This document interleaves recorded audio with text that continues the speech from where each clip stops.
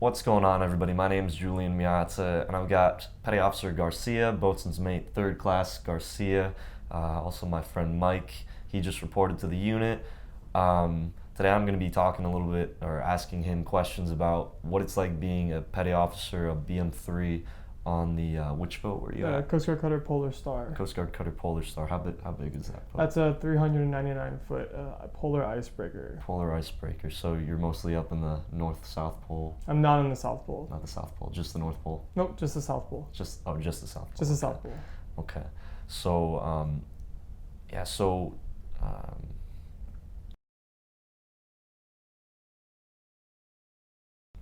so what is it like being a BM3 on the boat, a new BM3? It was a blast. It was a lot of responsibility as a BM3 on a large cutter like that. Both inside my raid and outside my raid, I had a lot of responsibilities. I was in the navigation division, as not in the deck department. So with the navigation division, much smaller division, actually one of the smallest divisions on the boat. It was myself, another third class, a first class, and a master chief, boatswain's mate, and that was it. It was just four of us who were overlooked by a junior officer, so usually an ensign or lieutenant junior grade, and then you have the assistant operations officer and then the operations officer. So what are you doing in that job? So in the navigation division, my primary job was navigation. So working with charts, doing track lines, every single place we went as a cutter, regardless if it was a port call, fueling, if it was just a transit somewhere else in the United States. That was in port, that was our job. Also, making sure that all of our navigation spaces were operating properly and looked well. So the bridge, the mast, the loft con. We're also in charge of all of the honors and ceremonies on board the cutter. So, all of the flags, the ensign, the Coast Guard ensign, national ensign, whenever there's a ceremony, full dress ship, if there's a retirement on board, that's our job to make sure it looks good. We're in charge of, GPOW, so Gangway Petty Officer of the Watch, which is the import watch we stand as far as like operations goes. So, training people in that, making sure people know the correct honors and ceremonies when, other officers or military officials are reporting on board.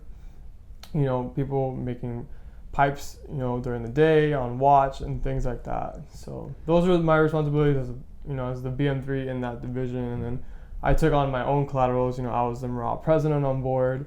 I was part of LDAC, things like that. I like to take on the extra responsibility to keep myself busy when I wasn't doing, navigation work. What type of rates were on the boat? So you had just about every single rate except for aviation and PA. So on board here you had MSTs on like 378. You didn't have any there because there was science on board. The Polar Star and the Polar Sea used to have science expedition teams that would come on board, and the MSTs would do like marine science research with them. Now you only have a couple that still do like weather research and stuff like that, but not as much as they were in the past. What type of port calls did you do? Our port calls were very far away from the United States. We had a couple in the United States, so you'd go to Hawaii and things like that. Sometimes Australia. You have Antarctica, which is our biggest port call. That's the whole mission of the boat, is to go down to Antarctica and break ice for the National Science Foundation that's down there. Sometimes you'll go to South America, sometimes you'll go to the French Polynesian Islands. Japan is a possibility. I've seen the boat go there before, not while I was on board, but in the past they did go there. And how long were you on the boat? I was there for 3.5 years. 3.5 years. Did it kind of get maybe repetitive, breaking ice? Yeah, being down there for a month and a half straight, the sun doesn't set when you're there. There's just ice everywhere you go. So yeah, it becomes monotonous down there. You're seeing the same thing every single day for a month and a half. The sun doesn't set, so that takes a toll on you. You go to watch at 3 o'clock in the morning and it seems like it's, noon. But it's Antarctica. Who can say they've been there that many times or 3 times for me, and just to have that experience is completely worthwhile. So you were there for almost 3 years, or 3.5 years, was it? Correct. And you were only there 3 times. So what is your schedule like when you're not in Antarctica? So you only go to Antarctica once a year. That's in the summertime, which is in December and January.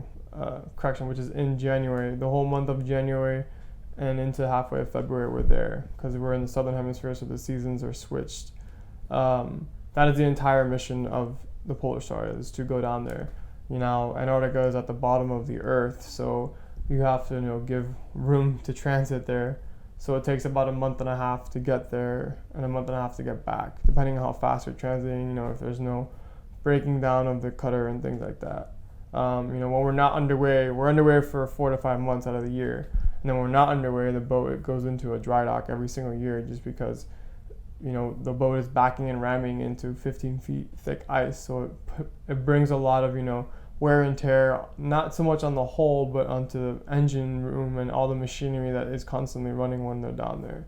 So you'll go down to dry dock for, 5 to 8 months at a time, either in Seattle or most of the time we were in Vallejo, California, which is about 45 minutes north of San Francisco. When you graduate from BMA school, you get to kind of pick where you want to end up based off of like a list. So there's like a competition type thing based off like where your prior unit was, if you're on a boat, your grades and stuff like that. Mm-hmm. Was being on a icebreaker something that you wanted to do? No, I had no idea that we even had an icebreaker that went down to Antarctica. Honestly, I wasn't trying to go back to another big cutter leaving a 378. I wanted to go to land and experience that side of the Coast Guard and see what that was like. But it wasn't in my favor. The universe, didn't have that in my plans. So, of the options that I had, I decided to go to the Polar Star because I did my research and I found out that they went to Antarctica and Australia, and I was just like, when will I ever get this opportunity again to do that? So yes, when I figured out what that was, then I decided that's what I wanted to do. But initially I wanted to go to land. How did your responsibilities shift being a non-rate to being a BM3 on a boat? Exponentially. I carried a lot of responsibility in that division that's so small.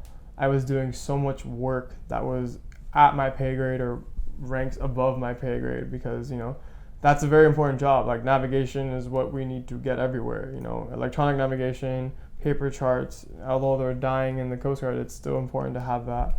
So yeah, my responsibilities, I think, got a lot bigger, People looked up to me, like the non-rates that didn't work beneath me. I didn't have anyone working beneath me, but the other ones in deck department and firemen, like I can still be a mentor. Like I still have valuable knowledge from prior, units and BMA school. So yeah, I helped non-rates. I did go out on deck during boat evolutions, to help out or just to learn the new style of that boat.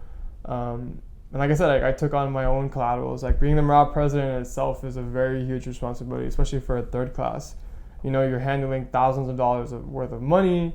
You're trying to make everyone else happy on the crew. You're planning parties, morale trips, underway events, and things like that.